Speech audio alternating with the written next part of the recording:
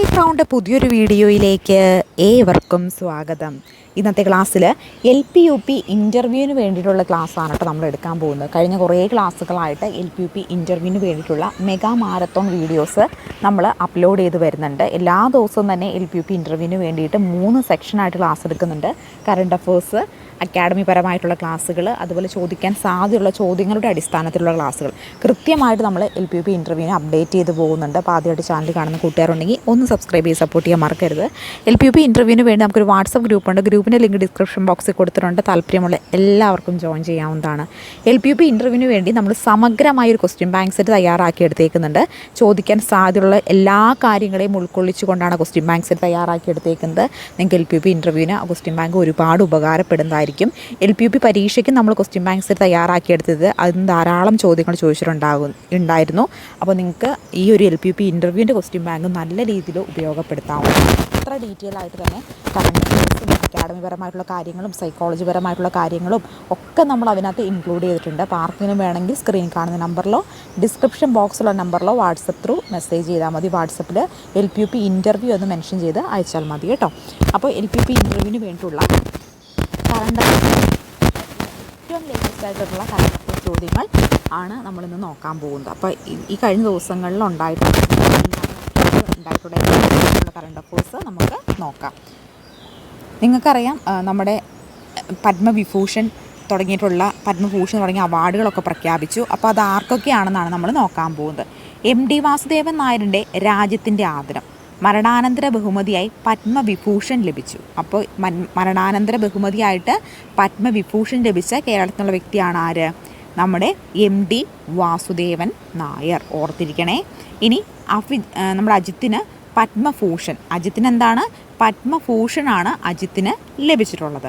ഇനി വീരമൃത്യു മരിച്ച മലയാളി സൈനികൻ G വിജയൻകുട്ടിക്ക് ഗൗരി ചക്ര. അപ്പോൾ വീരമൃത്യു വരിച്ച മലയാളി സൈനികൻ G വിജയൻകുട്ടിക്ക് ഗൗരി ചക്രയും ലഭിച്ചു. ഇനി PR ശ്രീജേഷിന് പത്മഭൂഷൺ. PR ശ്രീജേഷിന് എന്താ ലഭിച്ചത്? പത്മഭൂഷണാണ് ലഭിച്ചിട്ടുള്ളത്. ഇനി MA വിജയന് പത്മശ്രീ. MA വിജയന് പത്മശ്രീയാണ് ലഭിച്ചിട്ടുള്ളത്. അപ്പോൾ ഈ അടുത്തിടെ നമ്മുടെ റിപ്പബ്ലിക് പരേഡിനോട് ഇതിനനുബന്ധിച്ചിട്ട് രാജ്യം കൊടുത്തിട്ടുള്ള ബഹുമതികൾ മലയാളികൾ ആർക്കൊക്കെയാണ് ലഭിച്ചിട്ടുള്ളതെന്ന് വേണമെങ്കിൽ ചോദിക്കാം കേട്ടോ. അപ്പോൾ അങ്ങനെ ചോദിച്ചു കഴിഞ്ഞിട്ടുണ്ടെങ്കിൽ ആർക്കൊക്കെയാണ് നിങ്ങൾ അറിഞ്ഞിരിക്കണം. അപ്പോൾ MA വിജയന് പത്മശ്രീയാണ് ലഭിച്ചത്. ശോഭനയ്ക്ക് പത്മഭൂഷണാണ്. ശോഭനയ്ക്ക് എന്താണ്? പത്മഭൂഷണാണ്. അപ്പോൾ ഈ റിപ്പബ്ലിക്കിൻ്റെ പ്രമാണിച്ച് ശോഭനയ്ക്ക് രാജ്യം കൊടുത്തിട്ടുള്ള ബഹുമതി പത്മഭൂഷണാണോ പത്മവിഭൂഷണാണോ എന്ന് ചോദിച്ചാൽ നമ്മൾ എന്ത് പറയും? അപ്പോൾ അവിടെ പോയി നമ്മൾ അയ്യോ അത് അറിയാൻ പാടില്ലെന്നും പറയരുത്. കാരണം ഏറ്റവും ലേറ്റസ്റ്റ് ആയിട്ട് നടന്നിട്ടുള്ള സംഭവമായതുകൊണ്ട് ഇത് അറിഞ്ഞിരിക്കണം. അപ്പോൾ ശോഭനയ്ക്ക് പത്മഭൂഷണാണ് ലഭിച്ചിട്ടുള്ളത്. ഇനി ഡോക്ടർ ജോസ് ചാക്കോ പെരിയപുറത്തിന് പത്മഭൂഷൺ. ഡോക്ടർ ജോസ് ചാക്കോ പെരിയപുറത്തിന് എന്താ ലഭിച്ചിട്ടുള്ളത്? പത്മഭൂഷണാണ് ലഭിച്ചിട്ടുള്ളത്.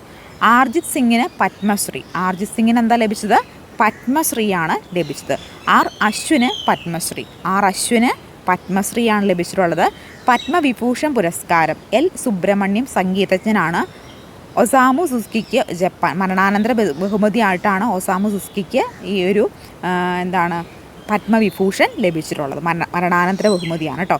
L സുബ്രഹ്മണ്യം സംഗീതജ്ഞനും പത്മവിഭൂഷൺ ലഭിച്ചിട്ടുണ്ട്. K ഓമനക്കുട്ടിക്ക് പത്മശ്രീയാണ് ലഭിച്ചിട്ടുള്ളത്. എന്താണ് K ഓമനക്കുട്ടിക്ക് ലഭിച്ചിട്ടുള്ളത്? പത്മശ്രീയാണ്. അപ്പോൾ നിങ്ങൾക്ക് ആർക്കെങ്കിലും ആ ക്വസ്റ്റ്യൻ ബാങ്ക് സെറ്റ് വേണമെങ്കിൽ നൽകുന്നതായിരിക്കും. അത്ര ഡീറ്റെയിൽ ആയിട്ട് നമ്മൾ ആ ക്വസ്റ്റ്യൻ ബാങ്ക് സെറ്റ് ചെയ്ത് എടുത്തിട്ടുണ്ട് കേട്ടോ. സ്ക്രീനിൽ കാണുന്ന നമ്പറിൽ മെസ്സേജ് ചെയ്താൽ മതി. ഇനി അമ്മയ്ക്കും മകനും രാഷ്ട്രപതിയുടെ സേനാ മെഡൽ. അപ്പോൾ ഈ അടുത്തടുത്ത് നമ്മുടെ റിപ്പബ്ലിക്കിനോടനുബന്ധിച്ച് അമ്മയ്ക്കും മകനും ഒരു സേനാ മെഡൽ ലഭിച്ചിട്ടുണ്ടായിരുന്നല്ലോ. അത് ആർക്കൊക്കെയാണെന്ന് ചോദിക്കുകയാണെങ്കിൽ അതാരാണെന്ന് അറിഞ്ഞിരിക്കണം. ഒന്ന് സദാന നായർ, കരസേന ലെഫ്റ്റനൻറ്റ് ജനറലാണ് കേട്ടോ.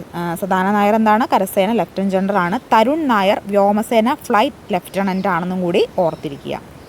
ഇനി സംവിധായകൻ ഷാഫി അന്തരിച്ചു. ഈ അടുത്തിടെ അന്തരിച്ച മലയാളത്തിൽ വളരെ പ്രശസ്തനായിട്ടുള്ള സംവിധായകൻ ആരാന്ന് ചോദിച്ചാൽ അത് ഷാഫിയാണ് അന്തരിച്ചേക്കുന്നത്. കല്യാണരാമൻ, മായാവി, ടു കൺട്രീസ് തുടങ്ങിയ മലച്ചിത്രങ്ങളുടെ മലയാള സംവിധായകൻ ഹിറ്റ് മേക്കറുമായിട്ടുള്ള സംവിധായകൻ ഷാഫിയാണ് അന്തരിച്ചത്.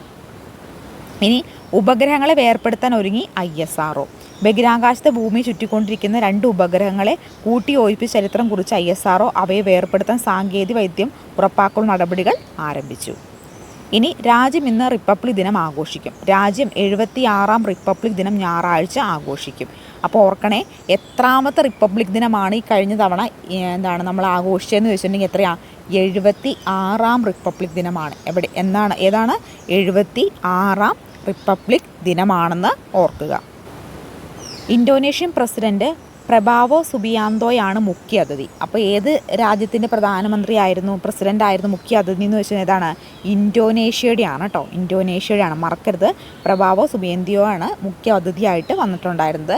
ഈ തവണയും കേരളത്തിൻ്റെ പങ്കാളിത്തം റിപ്പബ്ലിക് ദിന ആഘോഷത്തിൽ ഉണ്ടായിരുന്നില്ല. അപ്പോൾ ഈ തവണ റിപ്പബ്ലിക് ദിന ആഘോഷത്തിൽ കേരളത്തിൻ്റെ പങ്കാളിത്തം എങ്ങനെയായിരുന്നു? നല്ലതായിരുന്നില്ലേ എന്ന് ചോദിച്ചിട്ടുണ്ടെങ്കിൽ എന്താണ്? ഇത്തവണയും കേരളത്തിൻ്റെ പങ്കാളിത്തം റിപ്പബ്ലിക് പരേഡിൽ ഉണ്ടായിരുന്നില്ല എന്ന് വേണം അതിൻ്റെ ആൻസർ. അപ്പോൾ ഏത് രാജ്യത്തുള്ള പ്രസിഡൻ്റാണ് മുഖ്യ അതിഥിയായിട്ട് വന്നത്? ഇന്തോനേഷ്യയുടെയാണ്. ഈ കഴിഞ്ഞ റിപ്പബ്ലിക് ദിന പരേഡ് എത്രാമത്തെ ആയിരുന്നു? 76ാമത്തെ ആയിരുന്നു എന്നുകൂടി ഓർത്തിരിക്കണം കേട്ടോ. അപ്പോൾ ഇത്രയുമാണ് കഴിഞ്ഞ 2 ദിവസങ്ങളാണ് വന്നിട്ടുള്ള ഏറ്റവും ലേറ്റസ്റ്റ് കറണ്ട് അഫേഴ്സ്. എല്ലാ ദിവസവും നമ്മൾ കറണ്ട് അഫേഴ്സ് അപ്ഡേറ്റ് ചെയ്യാം കേട്ടോ. അപ്പോൾ നിങ്ങൾക്ക് ഇത് ഫോളോ ചെയ്ത് പോരുവാണെങ്കിൽ കൃത്യമായിട്ട് എല്ലാ ദിവസത്തെയും കറണ്ട് അഫേഴ്സ് കിട്ടുന്നതായിരിക്കും. അപ്പോൾ അടുത്തൊരു വീഡിയോയുമായി കാണാം. Thank you so much.